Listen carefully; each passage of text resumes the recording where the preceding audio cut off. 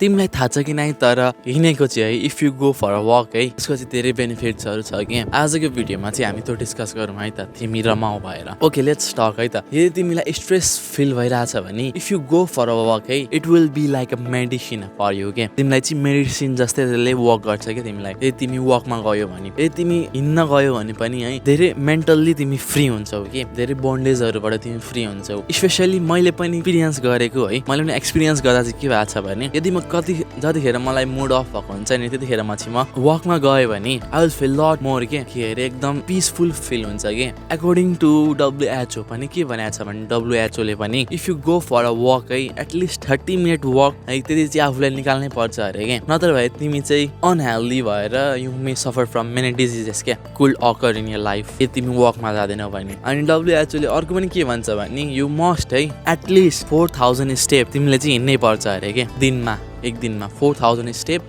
अनि तिमीले हिँड्नै पर्ने स्टेप चाहिँ कति हो भने 10,000 स्टेप तिमीले हिँड्नै पर्छ क्या दिनमा अनि यदि तिमीलाई वेट लुज गर्न मन छ भने पनि यु निड टु वक के किनकि तिमीलाई क्यालोरी पनि त बर्न गर्नुपर्छ नि त द्याट्स वाइ है तिमीले हिँड्नु पर्नेछ अनि यो साथै है यदि तिमीलाई हुन्छ नि जिमिङ गइरहेछौ भने तिमीले मसल मात्रै बिल्ड गरेर हुँदैन कि as a cardio you need to walk के तिमी हिँडेनौ भने तिम्रो नि कार्डियोभास्कुलर डिजिज पनि लाग्न सक्छ के किनकि हार्टले पम्प गरेन भने चाहिँ तिमीले मसल मात्रै बिल्ड गर्यो भने that might be harmful also किनकि तिमीले हार्टलाई ट्रेन नै गरेको छैनौ कि मजाले पम्प भयो भने ब्लडको सर्कुलेसन राम्रो हुन्छ अनि त्यसपछि चाहिँ तिमी के अरे लाइक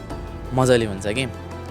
हेल्थ कन्डिसन तिम्रो राम्रो हुन्छ so that's why you need to वकमा जानै पर्छ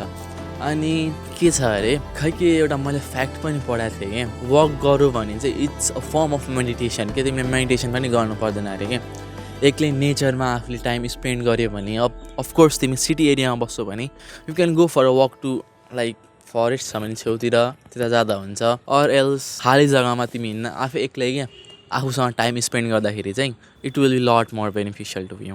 बुझ्यौ नि सो यही थियो video this is just a reminder for you है त जस्ट गो फर वक है and yeah if you want to lose your weight also you can go for a walk